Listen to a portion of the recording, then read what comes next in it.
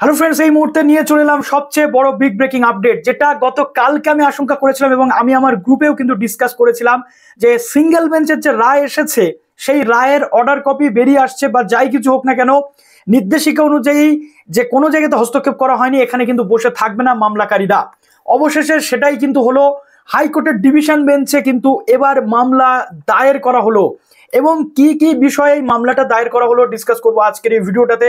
সুতরাং যারা নতুন আছো অবশ্যই চ্যানেলটিকে সাবস্ক্রাইব করে পাশে থাকা বেল আইকনটি ক্লিক করে দিতে একদম ভুলো না, যাতে সব তথ্যগুলো তোমরা টাইম টু টাইম এখান থেকে পেয়ে যাও। প্রচুর লাইক করো, প্রচুর লাইক করতে হবে, কেননা বিগ ব্রেকিং আপডেট নিয়ে আসছি তোমাদের প্রত্যেকের জন্য। তো একদম প্রথমে তোমাদের যেটা বলবো যে হাইকোর্টের ডিভিশন বেঞ্চে এসএসসির গেজেটের বিরুদ্ধে কিন্তু মামলা করা হয়েছে, অর্থাৎ যেটা সিঙ্গেল বেঞ্চে ছিল, সিঙ্গেল বেঞ্চের যে রায় সেটাতে সন্তুষ্ট হওয়া যায়নি, এটা প্রত্যেকেই জানে। ফ্রেশার বলো বা ওয়েটিং বলো, প্রত্যেকের একটাই দাবি ছিল যে হাইকোর্টের ডিভিশন বেঞ্চে সেটাই কিন্তু আবার প্রতিফলিত হচ্ছে কি না, একদম এন্ট্রি লেভেলে এই যে 10 নম্বরে এগিয়ে রাখা হচ্ছে এক্সপিরিয়েন্সের মার্কস হিসাবে একাডেমিক স্তরে, যেটা ইনক্লুডেড হচ্ছে 10 নম্বর যে টিচিং এক্সপিরিয়েন্স, এইটা কেন থাকবে? এতে করে যারা 2016 ওয়েটিং লিস্টে ক্যান্ডিডেট ছিল তাদের প্রবলেম, শুধু তাদের প্রবলেম নয়, এখানে কিন্তু ফ্রেশারদেরও যথেষ্ট প্রবলেম, কারণ ফ্রেশারদের কোনো অপশন নেই। টিচার যারা রয়েছেন তারাই কিন্তু এখানে এগিয়ে থাকবেন 10 নম্বরে। তাই এটা নিয়ে মামলা হওয়াটাই সমীচীন, যেটা আমি আগেও বলেছি।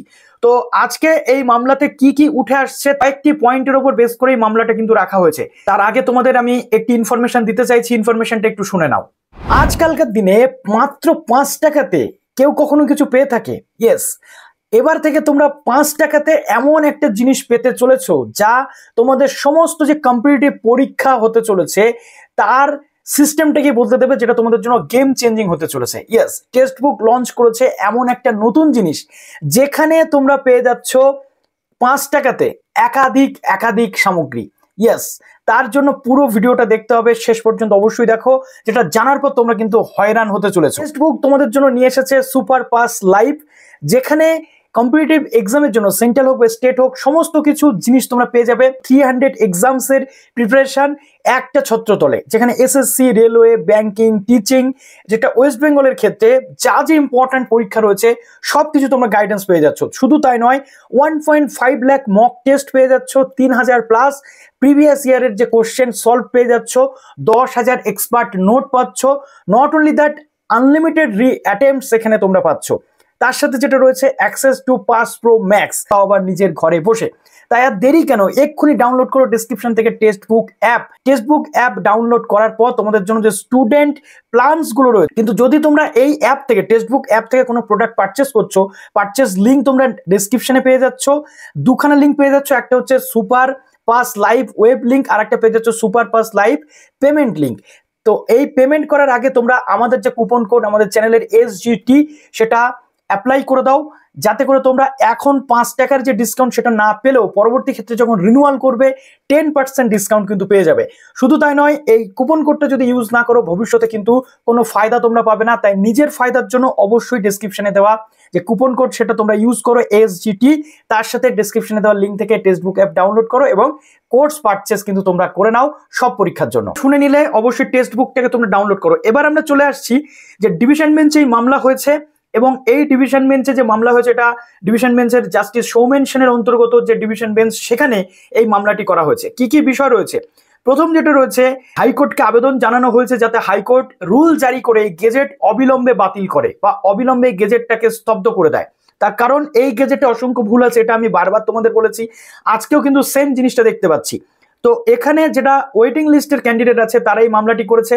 নাম্বার 1 যেটা দাবি রয়েছে তাদের, যে হাইকোর্ট রুল জারি করে গেজেটটাকে অবিলম্বে স্থগিতাদেশ করে দিক, যাতে করে এই গেজেটের উপর যে ফর্ম ফিল আপটা চলছে সেই ফর্ম ফিল আপটা যাতে যে নিয়ম বহির্ভূত ভাবে না হয়।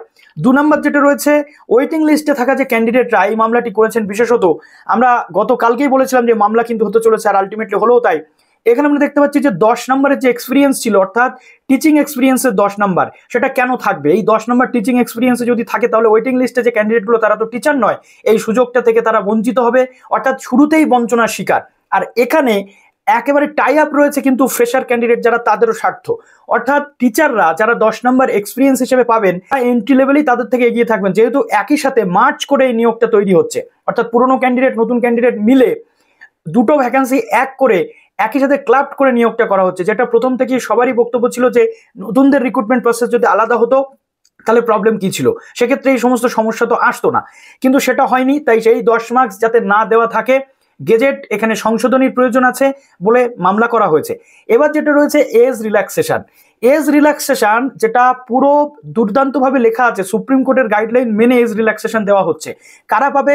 যারা 2016 ক্যান্ডিডেট রয়েছেন, যাদের বয়স পেরিয়ে গেছে তারা এজ রিল্যাক্সেশন পাবে। কিন্তু 2016 যারা ক্যান্ডিডেট রয়েছেন এজ রিল্যাক্সেশন শুধুমাত্র এখানে আমরা দেখতে পাচ্ছি যে টিচাররা যারা রয়েছেন অলরেডি তারা পাবেন। নতুন যারা বা 2010-এ যারা অকৃতকার্য ক্যান্ডিডেট, যারা ওয়েটিং লিস্টের ক্যান্ডিডেট, তাদের কথা কোনো জায়গাতে মেনশন নেই। দ্বিতীয়ত যেটা রয়েছে সবচেয়ে গুরুত্বপূর্ণ পার্ট, যেটা আমাদেরকে দেখতেই হবে, কি না এজ রিল্যাক্সেশন মাত্র একটা ক্যাটেগরিতে দেওয়া হয়েছে, অর্থাৎ কোনো ক্যান্ডিডেট চাইলে সে 9, 10, 11, 12 গ্রুপ সিডি সব জায়গাতে সে বসতে পারে, কিন্তু পার্টিকুলার একটা পরীক্ষার জন্য বা একটা জায়গার জন্য তারা কিন্তু এজ রিল্যাক্সেশন পাবে। সেটা যাতে না হয়, প্রত্যেকটা জায়গাতে যাতে এজ রিল্যাক্সেশন দেওয়া থাকে, সেই নিয়ে কিন্তু মামলা হয়েছে। এবং এই মামলাটার শুনানি হতে চলেছে আগামীকাল এই ডিভিশন বেঞ্চে। এবং লাস্ট দিন মামলাটাতেও আমরা দেখলাম যে হস্তক্ষেপ করলেন না বিচারপতি। এদিনের মামলাতে কি হতে চলেছে সেটা এখন দেখার। যদি আমি তোমাদের একটা কথা বলে রাখি, যদি ডিভিশন বেঞ্চ এই মামলার নিষ্পত্তি না হয়, তাহলে কিন্তু মেবি সুপ্রিম কোর্টেও যেতে পারে পুনরায় যারা ওয়েটিং লিস্টে রয়েছেন তারা। যদিও এর থেকে বড় ক্লারিফিকেশন এই গেজেট সম্পর্কিত সুপ্রিম কোর্ট ছাড়া আর কেই বা দিতে পারে, কেননা সুপ্রিম কোর্টের নির্দেশ, ফাইনাল জাজমেন্ট অনুযায়ী গেজেট প্রকাশের কথা বলা হয়েছিল। তো এই ছিল মোটামুটি তথ্য। এখন দেখা যাক যেমন যেমন তথ্য আসবে অবশ্যই নিয়ে চলে আসবো। তবে এতে কিন্তু শুধুমাত্র যে ওয়েটিংদের লাভ তা নয়, ফ্রেশার ক্যান্ডিডেট যারা রয়েছে তাদেরও লাভ। তো চলো ভিডিওটা এখানে শেষ করলাম। ভালো থেকো সবাই, বেস্ট অফ লাক।